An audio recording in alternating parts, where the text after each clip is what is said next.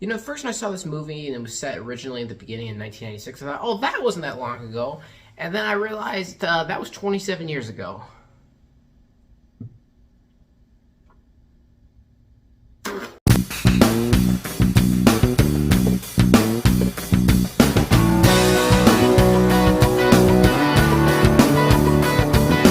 BlackBerry was directed by Matthew Johnson, and this film stars Matthew Johnson, Glenn Howerton, and Jay Baruchel.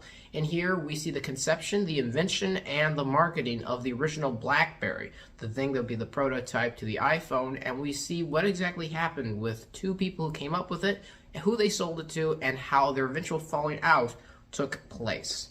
BlackBerry's plot doesn't necessarily need the most explaining. Anyone with a cell phone in their hand right now watching this video, or that has one in their pocket or something, already knows how the cell phone pretty much was invented. And if you don't, this movie's going to give you a brief rundown of how that happened. So basically, this movie is a retelling of those events from those people, and this movie is brilliant.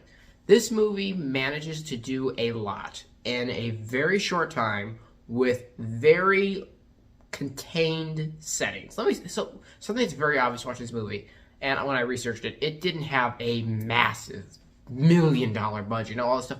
It has a very low budget, but with that money that it had, it did exactly what it needed to do, and it came across perfectly. It does it very, very well. This movie is wittily funny. It has some really, really great humor. Parts where I laughed out loud because they were just perfect.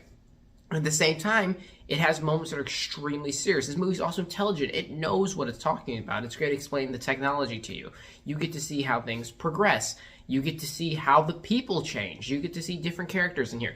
It's really solid stuff, and I love it to pieces. This movie really did a good job with something that could have very easily gone wrong, because oftentimes these biopics where you essentially try to tell things about real people and, you know, like the creation of whatever, they can really struggle. This movie doesn't. It has a solid way of going from point A to point B to point C. And the movie just feels well-rounded. In the end of the film, I felt like, oh, all right, that was good. This movie really did a good job with that. The acting is the main reason. These actors really have a lot on them because they are the selling point of this movie, because this movie is primarily talking and more talking and more talking. And they do great with this because also their script that they have is brilliant. It mixes very intelligent dialogue along with fast-paced, fast-moving sequences. The direction also aids that in here. This movie has a really good, clear view of what it wanted to be. It was cold cut, it gets it done, and it keeps going. The movie's not flawless, though, necessarily. I would say the cinematography is pretty uninspired in here in a lot of parts. The lack of budget can show in some parts where it seems like they put too much towards one thing. Some of this movie's predictable. The characters are pretty much what you'd think they are, and sometimes it's a good thing, but sometimes that's also kind of a bad thing as well. It's not always to the movie's benefit. However, this movie is really great at having a lot of commentary. It talks about capitalism, the way American society works, you know, how like technology changed and how our modern world was basically shaped. It's really got a lot to it, and it packed it into this movie at a very contained and smart film.